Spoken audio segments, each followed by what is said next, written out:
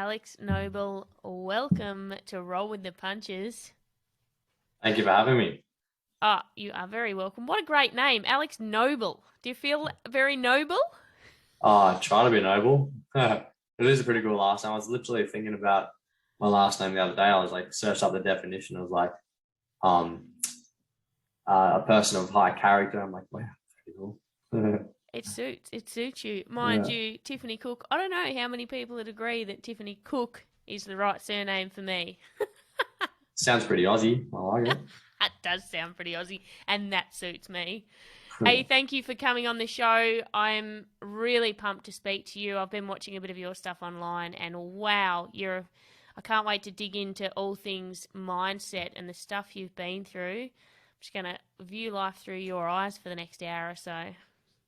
Yeah, so hope I can, tell you what I actually think and stuff. Answer questions properly. I think you'll do good. Hey, you're 19 now, aren't you? I am 19, You're turning 20 in July. still just a pup, mate. Still just a pup. If someone asks you, who is Alex Noble? Who is Alex Noble these Who's days? Alex Noble? Well, who's Alex Noble? Well, right now I'm at uni doing business and law, and I'm 19, and I'm doing a couple of speeches as of late. I've got a couple more coming up, and I guess I'm like kind of a inspirational guy, some people would say. I've got like quite a moderate to big Instagram and online following, and yeah, I guess you could say like elite athlete as well. A lot of training, and yeah, a guy who just likes to have fun and live life. I love it. If I had asked you that question when you were 16, prior to October 2018, what would the answer have been? Alex Noble was a young male who loved to look good and loved footy. That's it. I love it. All right, let's talk a little. I mean, walk us through your story, and we can jump around a little bit.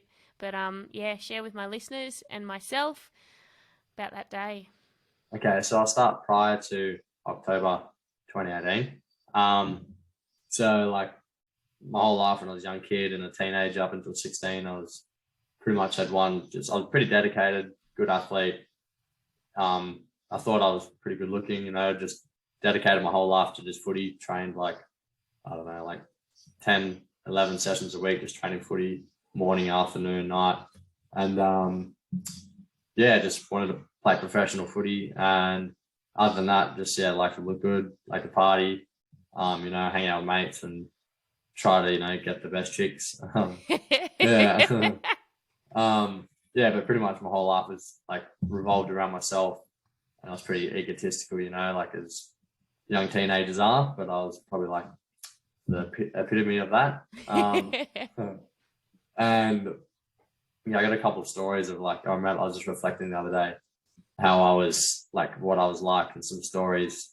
Like I remember literally one time I was looking in the mirror at home and I was praying to God, or I thought I was praying to God. I looked at myself in the mirror. I was like, if you gave me 3 wishes, like any wish in the world, like I could fly if I want, but my 3 wishes, I'll tell you what they were. My first wish was to bring my nan back from heaven. That was the first one. So that's all right. Not too bad. It wasn't about myself. But the second one was to remove this freckle here. This tiny, tiny little freckle on your lip. Yeah. I could have even like had a wish to fly or, anything. And then guess what the third wish was to remove this freckle here. So embarrassing. And you know what's funny about that? The people who are listening to this can't see your face, but if you had said, "Do I have freckles?" I would go, "Nah, no freckles." Yeah, you can barely see. I'm like, yeah. Now I'm just like, what the hell, Alex? What are you doing? So embarrassing. But yeah, I got a lot of other stories like that, but that pretty much summarizes who I was, I guess. Yeah, but that all changed on the 21st of October 2018 when I was going pretty well with my footy. So I was playing New South Wales Sevens rugby, and I was at a training session at Knox Oval. And yeah, so it was like a dark, gloomy day, and we were doing an opposed session, and I was attacking, so I had the footy ball. And yeah, so I had the ball and I tried to run around the opposition player. And I don't know if you know what a goose step is, but I chucked a goosey, which is you're running fast and you stop dramatically and then go again. Yeah. Just like off put the other player. Yeah, so I did that. And as I did that, I stuck my arm out to fend the other player. And as I stuck my arm out to push him away, he grabbed my arm, like my wrist and my elbow, and kind of just pulled me straight down. And yeah, nosedived the floor, face to the grass. And my head got caught on the floor and the rest of my body went over the top. And yeah, the next thing I know, I was lying flat on my back, looking at the clouds in the sky, and I couldn't move a thing except my eyes. And yeah, I'd broken my neck. Oh. Yes. How does that guy feel? Have you spoken to him? Like, what a thing to carry as well. Yeah, and I do feel very sorry for him. I spoke to him a couple of times in the immediate moment, just in ICU and in hospital. But like since then, we've just parted ways. I think that was the best thing for us to do. But like, I'm not off him at all. Completely wasn't his fault. But I think we just I don't know what he's doing now, but he's a good bloke. I like him, but a lot of emotion to process, and a lot of that would be really tricky to navigate. All right, so you're laying on your back. What is going through your mind at this point? Well, the first thing I thought freckle? when Still that freckle. Yeah, well, the first thing I thought of when I was lying there, I was like, so I was in year 10 trialing I wasn't in Opens rugby yet for school, but I was in under 16s, but trialing like 2 years up. And the first thing I thought of when I was lying there on my back was, geez, am I going to be right for training tomorrow or like trials tomorrow? And yeah, but I don't think I realized the extent of the injury, to be honest. But yeah, the next thing you know, like everyone's looking around me, the physio's holding my head, and I think I was just in mad shock and hopped in the ambulance straight to North Shore and straight in the X-ray machine, and knocked out for 2 days. Woke up in ICU. And at what point were you told the extent of your injuries? I actually don't recall a moment where where they told me I was a quadriplegic or I'd broken my neck. Oh, actually, I do remember they showed me an X-ray of where I'd broken my neck, but I don't think I realized what that meant. But I just remember hearing like all these different doctors coming to my room, one after the other each day in and day out. And they just gave me all these different things that I need to look after and what I need to worry about and what's going to happen. And like, all these things. I'm like, is this going to be my life forever? Like just all these things that I need to constantly worry about. But I don't think I ever got told I was like a quadriplegic, but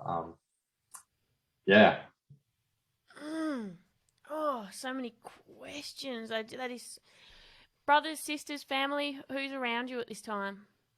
Yeah, so this stage, well, in ICU, they tried to like limit the numbers because like immediately there was, I don't know, heaps of people that wanted to see me and message me. But in ICU, because obviously it's a pretty grim place, it was just like immediate mates and family. That was all allowed to see me. It's like mum, dad, and I got 2 brothers, one younger, one older, to them, and then Nana and Pa, and that's pretty much it. Yeah. And what is rehab and what has recovery looked like over the time, short term, long term? Okay, so in ICU, obviously I couldn't move a single thing, like not even my shoulders, literally just my eyeballs. So it was obviously a very long journey and process to get back on my feet. Kind of back on my feet. But so the first step was just regaining any movement. The first step was just trying to get out of ICU upstairs into the spinal unit where they have a gym and stuff like that. And it's a bit more, lively. You can actually do things kind of. So first step was just to get upstairs. At this point I had pretty much still no movement. My left arm had a little bit. So in the gym doing because I couldn't lift against gravity at all yet, like with my biceps. So I was like in these slings doing the tiniest movements for like, I'm using like all my brain power possible just to do like the tiniest little flicker in my shoulder or whatever. So yeah, that was just very, very, I don't know, hard and annoying and frustrating because I'm training so hard but doing nothing still.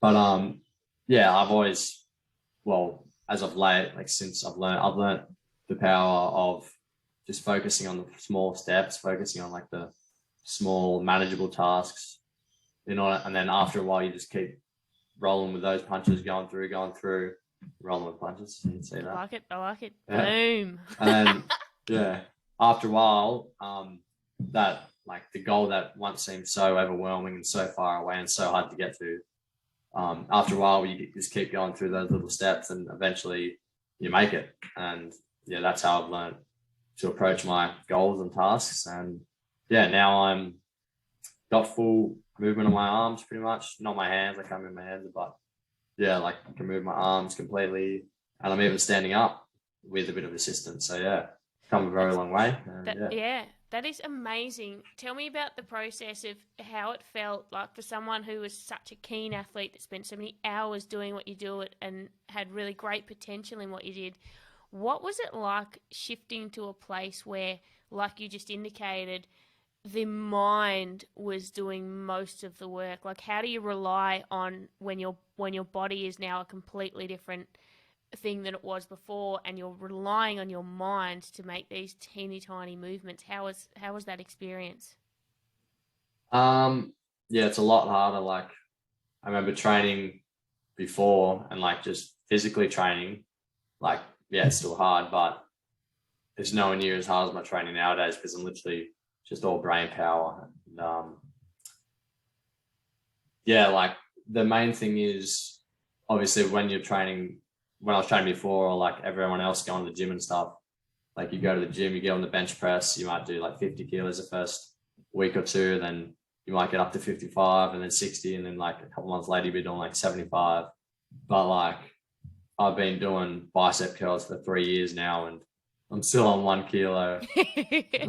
Like I'm literally at gym like pretty much every single day of my life.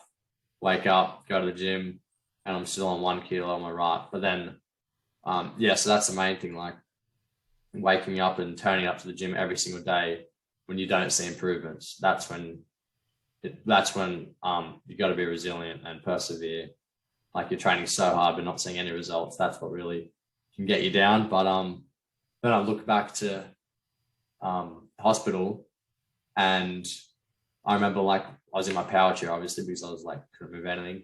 And I'd be having a nap on the balcony and I'd literally wake up in shock because my arm's fallen off because I couldn't even move it at all. So now that I can like dance with my arms, I can give people a hug, like, geez, I think the gym is paying off. And yeah. Oh, so true. And I think we all to a degree do that. I know when I was boxing, I did that. Felt that exact experience of going, I'm the only one not getting any better, until I looked back and saw I was getting better. But I feel like you must have experienced a real shift in perspective, or perception on what training now was and what, like, the process. I feel like, did you become more process driven? Because it takes a lot of commitment to get up every day for 3 years doing work that is, I don't even know how many levels harder than it was before, and the results feel so small. Yeah, definitely. It's pretty much all mind training now. Like, like before when I trained, it was like my motivation was dependent upon my improvements or dependent upon the growth in my muscle size. But now when you don't see results, what's my motivation? My motivation would be the process. Yeah. My motivation was just to persevere no matter what. Yeah. It's literally all mental now. And I found that the mind is way stronger than any physical attribute, because really the only thing we do own is our perception. Like we don't really have complete control over our body. Yeah. So the thing that's mostly ours and the most powerful thing, because it's the only thing we can control, is our mind, no matter what. Yes. What part of the growth and changes do you feel were innately happened within you, and what part did you have to really work at? Like, did you hit brick walls? Did you hit low times and go, I don't know how to change this, or did your mind just evolve? Good question. I think initially it was innate, just naturally kind of evolved. But now that I look back, I know exactly what I did. And now I've implemented that into my everyday life in the past couple of years, past year or so. And now I can literally train it. And that's what I'm starting to do in my speeches and stuff. Like I've grasped on, like I understand my mind now. I understand what I do, and I train myself to choose the way I perceive things and interpret situations. Yes. And now I can spread that message to others. And it's very, very powerful. All right, give me some of the big rocks, because this is what I'm here for. I'm here to learn how you did what you've done and how we can implement it without going through something as huge as what you have to get these learnings. Okay, well, the main thing that I found, the first step that I found is just grasping onto the concept of the power of your perspective and how you can control your mind no matter what happens to you. Yeah. Like, no matter how grim the situation is, or no matter what happens, how much pain or suffering you're going through, you still always have control of your mind to choose positives, to interpret a situation as good or bad, and to choose the outcome, like the famous quote, and it's not what happens to you, it's what you choose to become. And I believe that very sincerely, like it is so true. Anyways, that's the first step, just understanding that and gaining control of your mind over your emotions, just mind over emotions. And then probably one of the most important things I've found in my life, and that everyone can find in their lives and relate to, is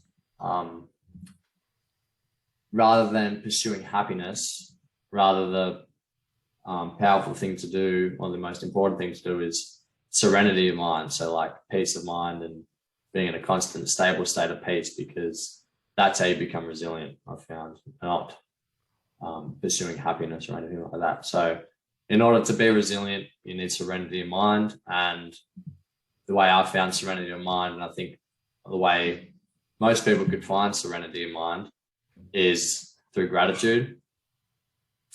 And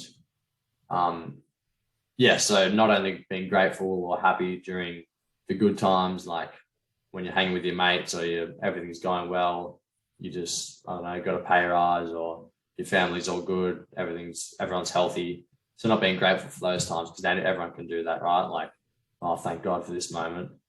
But gratitude is most important when you're going through those dark times. And when people do go through these dark times of suffering, that's when everyone seems to randomly just chuck gratitude out the window. It's no longer there.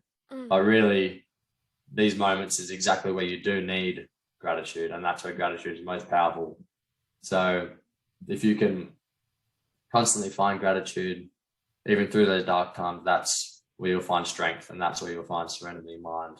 And therefore, that's how you will become resilient, because when you face adversity, or when you face difficulties, you're not going to be fazed by that adversity. You're not going to be impacted. Your emotions aren't going to fluctuate. You're not going to get, down on yourself. You're going to remain stable and peaceful, and it'll allow you to confront the adversity effectively and overcome it successfully, and end up, growing and succeeding in life, or whatever you do, business, sport, whatever. Yeah, that's the main things I've found. What a great answer. I love that. I love that you've highlighted peace and serenity, because I feel like we hit those tough times and we try and combat it by chasing the happiness and chasing the good, which perpetually just throws us into more anxiety that we don't have it. And then there's no rest for the nervous system. There's no rest for the mind. So I love that. You mentioned God before. Were you spiritual? Are you spiritual? And talk to me a little bit about that for you. Well, my family, we try to be spiritual. Like, they always made us, I don't know, up until maybe like we were 15 or 14. My parents always made us go to Sunday mass and everything. But the more I tried to be spiritual back then, the further away I got from God, I reckon. Yeah. But lately I go to church less, but I think I'm more spiritual now. Does that make sense? Yeah, absolutely. Yeah, like I just feel like I don't have to be in the house of God per se or church when really God's always with you. Like I say prayers morning and night. And I think, I don't know what my God is, but like God is just someone, it's even like a meditating strategy or reflection strategy or just a gratitude strategy. So yeah, I don't know what God is. I don't really follow the Bible at all, but I do believe in something out there. And yeah. Yeah, I'm very much the same. I had a Catholic upbringing. I went to a Catholic school, and I think being spiritual is so different for everybody. But it gives us something to believe in and something to hope for, and I think that is the power of it. Talk to me about identity. So, how did you? What was your experience with identity before, during, and after this for yourself? So, okay, before my injury, before I went through that growth phase of my life, Yeah. I think my identity was superficial, I guess. My purpose in life Freckles. was all about Freckles. Yeah, like my purpose in life was just to make it professionally in footy. And now I look back and like, why? How's that going to benefit? How are you going to live a fulfilled life just playing footy? Like, surely you can amount to more than that. Surely you can benefit other people's love more than that. You can benefit yourself more than that. You can impact the world more than that, Alex. Like, what are you doing? So I think my identity was self-centered and superficial, and yeah, just trying to have fun, which is good. Like, definitely have as much fun as you can in life, but like, make sure that's not the only thing you do, because it'll distract you from what's important. And that's exactly what happened to me. Like, I lost a bit of relationships with my brothers. Like, I wouldn't even talk to Zach the whole way to school because I thought it was too good for him. So yeah, like, that was my identity then. My identity straight after my accident. I don't really have any issues with like ending up in a wheelchair or anything like that. I'm not sure. I think that whole hospital experience was finding my identity. But then since then, I think I've really found my identity through studying philosophy and reflecting on myself and all that. And yeah, my identity now is just pretty much to, share the lessons that I've learned through my experiences with other people. So they don't need to go through the pain and suffering I went through, but still develop the perspective I have or the mindset I have. Because I feel like if the world had my type of mindset or outlook on life, then I think the world would be a much, much better place. And I could even save a few people's lives. So yeah, my identity and purpose now is to, spread my mindset to the best of my ability to others and, help train them or teach them the lessons I've learned. And yeah, by doing that, I think that in the end, when I'm on my deathbed, I say, like, I live a life that was fulfilled and meaningful, and I impacted the world as much as I could. And I'm, prepared to die now because I've done my bit. And yeah, that's my identity now. Yeah. Do you reckon we can do, so many of us need that tipping point or that catastrophe to really shift our perspective and mindset? What do you think the key to us being able to help people achieve that without the tipping point, without the catastrophe? Like, actually do the work, because there's sitting and hearing Alex Noble and taking some lessons, but when it gets time to put the rubber to the road, what are you finding to be the key to doing the work? I think, well, for other people, before they experience the tipping point, would be storytelling. Yep. So like for example, me storytelling, using my experiences to demonstrate what I've learned so people can try and implement that in their own lives, which can be easy, can be hard, but I feel like the only time you can grow as a person is when you at that tipping point, when you lose, when you fail, when you go through challenges. But those are the most important times. So like, don't beat yourself up during those points. Just embrace it. You know, reflect on yourself. Reflect on the things that people have taught you. You know, train yourself mentally, physically, health-wise, and spiritually. Reflect on what people say. Like, for example, what I've taught you, and yeah, also teach yourself. Like, everyone is different. Everyone experiences different things, but the only way you're going to learn or find who you are or what you believe in is by experiencing what you experience. So yeah, just embrace it. Don't beat yourself up. Don't get sad. Yeah. I love it. What's been your biggest, and what has been the one biggest challenge for you, the biggest moment or the biggest learning or the toughest thing to get through that may or may not even be accident related? That's a great question as well. Hardest thing for me is probably, I think, being vulnerable, but not being vulnerable, embracing vulnerability or embracing fear. So like, during the moments where I'm most vulnerable, or in other words, most out of my comfort zone, or when I'm most fearful, rather than saying, nah, better not, better just stay at home and stay in my comfort zone, chuck on a movie, chuck on my hoodie, you know, get comfortable, maybe make myself a tea, rather than doing that, like, okay, this is going to suck for a bit, but I'm going to get vulnerable, I'm going to embrace vulnerability and live my life and grow as a person, because I think when you're most vulnerable, that's when you do achieve the most in your life, or that's when you do grow most, and that is how you live a fulfilled life. Yeah. What have some of those moments looked like for you? So well, there's just like social stuff, like all of the weird, crazy life events I've done, like you know, hopping on a jet ski or jumping off wharfs with my mates, or skydiving, or what else, crowd surfing, like all that type of stuff, sailing, kayaking, surfing, like all of those things. Like, I don't want to do that. Like, that's too scary. I'm scared of that. Like, I'm going to be vulnerable. I'm putting my whole body in the hands of nature and in the hands of other people. Like, this is not safe. I'm not comfortable here. But if I just feel like if I get to the end of my life and I look back, I'm like, well, I never really experienced much, did I? Then I would have regretted it. So yeah, the hardest thing for me is just being like, okay, just saying yes to things and embracing vulnerability and doing it, because I think after every time I've done one of those things that I just said, like jet skiing, I'm like, Was that post accident, by the way? post accident, yeah. That stuff's terrifying for fully able bodied people, and you are putting so much trust into other people with that. Yeah.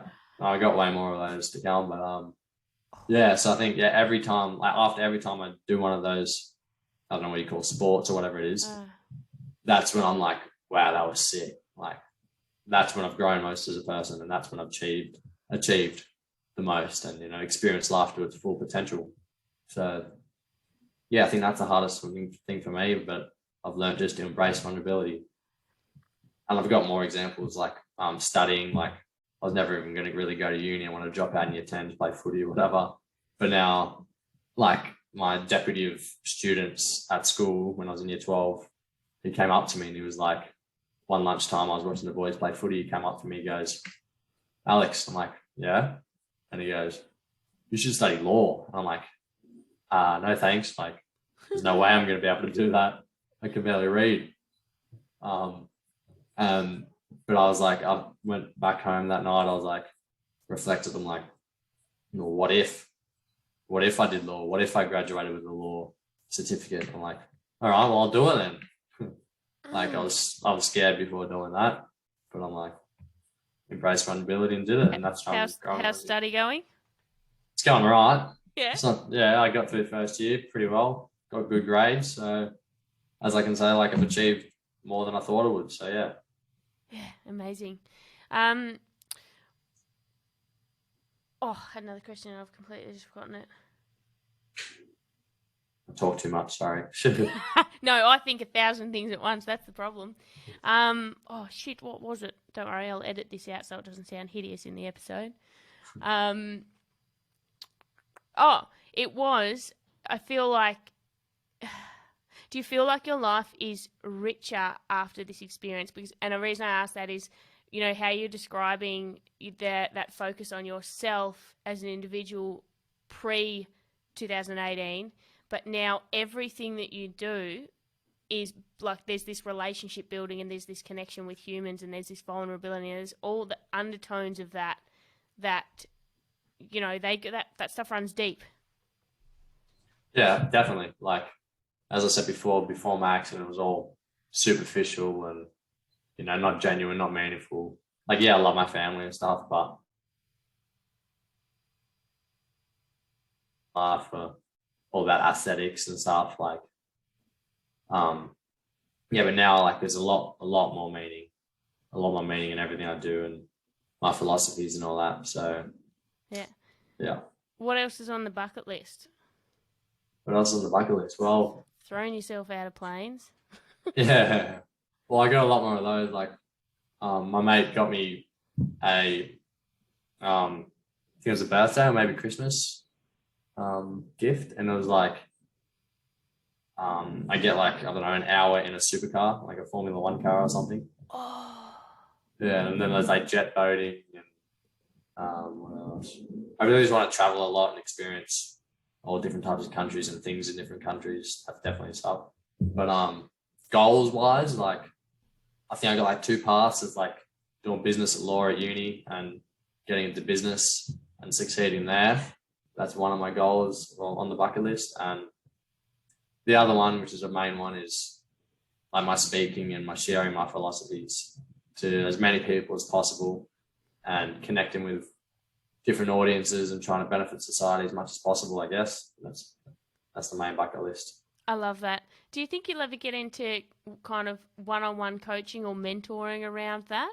You know, Yeah, definitely. I think once I get a bit more mature or a bit more older and, you know, like, I don't think I could do one-on-one mindset coaching at 19.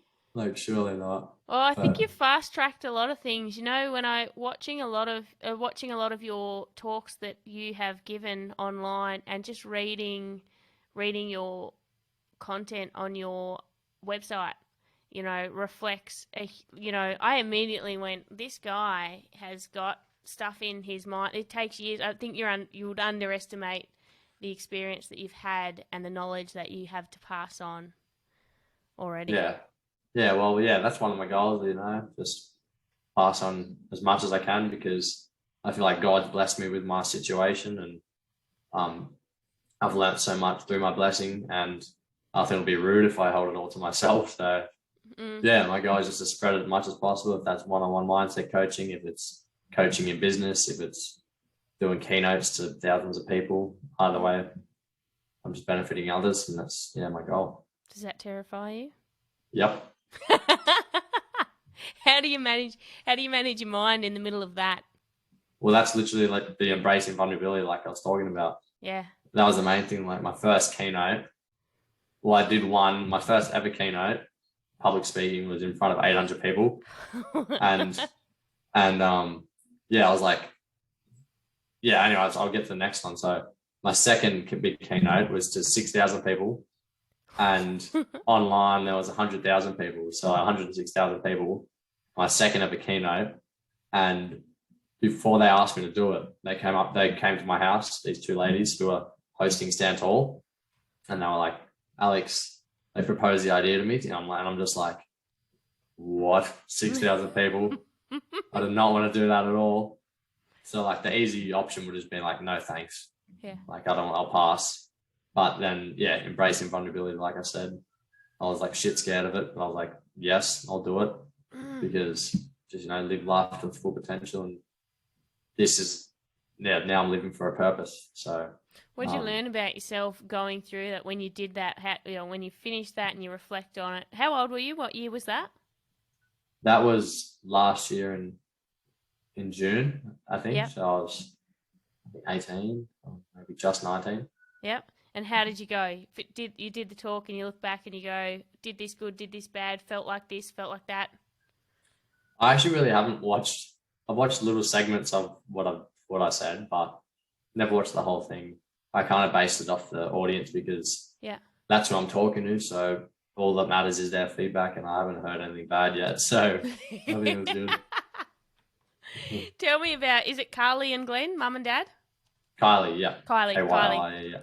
Kylie and Glenn. Tell me about them, mum and dad. They're the goats. Love them. Nah, they're awesome.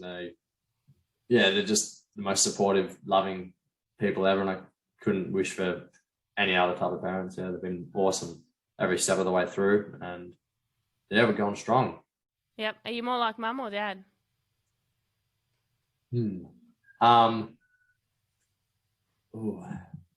I don't know who I look like more. Like some people say I look like none, some say mum, some say dad.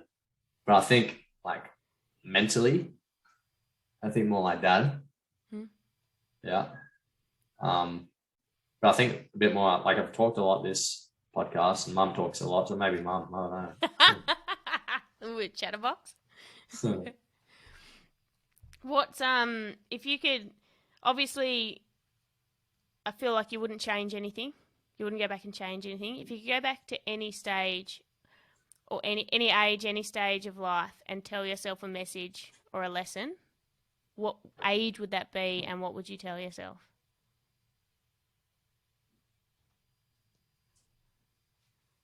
But I feel like if I went back to tell myself when I was younger, when I was a teen, before my injury, if I did tell him to do something else, then I wouldn't be who I am today. So I think I wouldn't change anything, to be honest.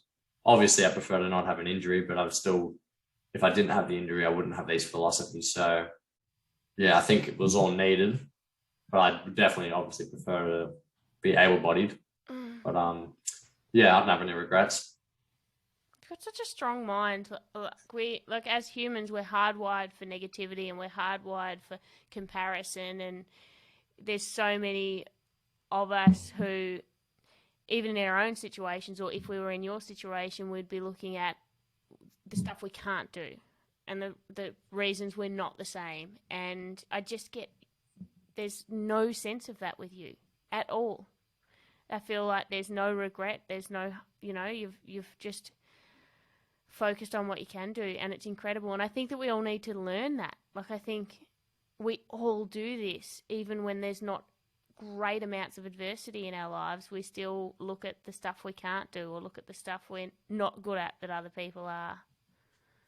Yeah, I think naturally, we've just been trained to do that, like find the negatives or focus on the things we can't control, or, get anxious or think about the past and get depressed. Like we've been trained to do that, or it's natural. I'm not really sure, to be honest, but I just say you can't change it, so why do it? And I think that's pretty hard. Well, it is hard, but it sounds very easy, and you should be able to do it because obviously, but I think it takes a lot of training to do so, or I'm not sure, but I think I'm going to try and help people to do that, and hopefully try and benefit them. And if you can just don't focus on the things you can't control, because there's literally no point at all, and focus on what you can change, and that's how you'll find strength. But I do have one regret. I was at a music festival and I missed my favorite artist. That's my only regret. Who's your favorite artist? Well, he's not my favorite artist, but it was Armin van Buuren. I saw Calvin Harris, but then I missed Armin. That's my only regret. But other than that, no regrets. Well, that's good. You can chase him around and catch him at the next one. Yes, hopefully. Hey, how can people reach out to you online, follow you, get in touch with you, pay you to speak in front of 106,000 people? Okay, well, speaking, I'm trying to get that. I got a couple lined up this year, but I just signed up with Saxton, so Saxton. So if you want to, have a gig or a corporate event or anything like that, you can go to Saxton's. They have a bunch of speakers. I'm on that, so they're like the speaking agency. And if you want to contact me online, I got Instagram, iFightUfight. And I got a website, and it's on Facebook, All Life Like You Fight. Actually, no, the website's alexnoble.com. But yeah, I'm everywhere. And yeah, you can shoot me a private message. You can send me an email. Yeah, whatever. I'm happy to talk to anyone or reply to anyone or help anyone in any way I can. So yeah, just give us a message. Amazing. You are a weapon. I'll be watching your progress, so keep doing crazy stuff. I will do. Thank you. Thank you so much, Alex. All right, Tiffany, thank you for having me on.